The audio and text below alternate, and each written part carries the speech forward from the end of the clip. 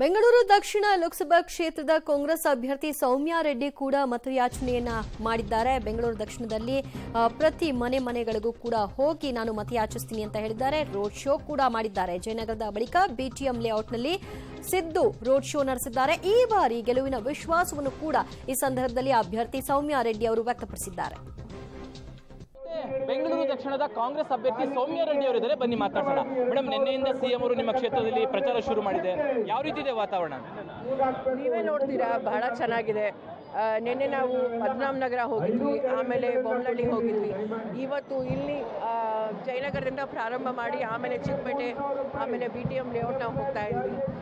ಎಲ್ಲ ಕಡೆ ಜನ ಏನಂತ ಹೇಳ್ತಿದ್ದಾರೆ ಅಂದರೆ, ಕಾಂಗ್ರೆಸ್ಸು ನೀವು ನುಡಿದಂತೆ ನೀವು ನಡೀತೀರಾ, ನೀವು ಕೊಟ್ಟ ಮಾತನ್ನು ನೀವು ತಪ್ಪಿಸಲ್ಲ, ಬಿಡಲ್ಲ.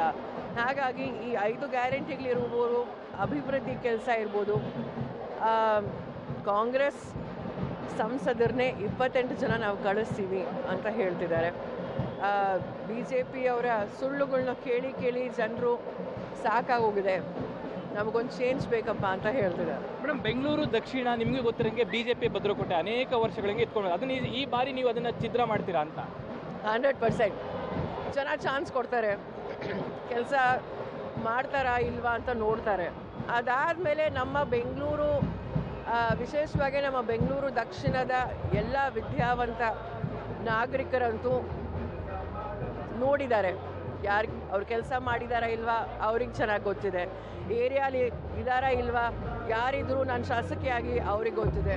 ಹಾಗಾಗಿ ನೀವು ನಮ್ಮನ್ನು ಸ್ಪಂದಿಸ್ತಿದ್ರಿ, ಶಾಸಕಿಯಾಗಿದ್ದಾಗ ಕೋವಿಡ್ ಸಂದರ್ಭದಲ್ಲಿ ನಮ್ಮ ಕೈ ಹಿಡಿದ್ರಿ, ನೀವು ನಮ್ಮ ಪಾರ್ಲಿಮೆಂಟಲ್ಲಿ ನಮ್ಮ ಧ್ವನಿಯಾಗಿರ್ತೀರಾ ಅಂತ ನಮಗೆ ಸಂಶಯ ಇಲ್ಲ.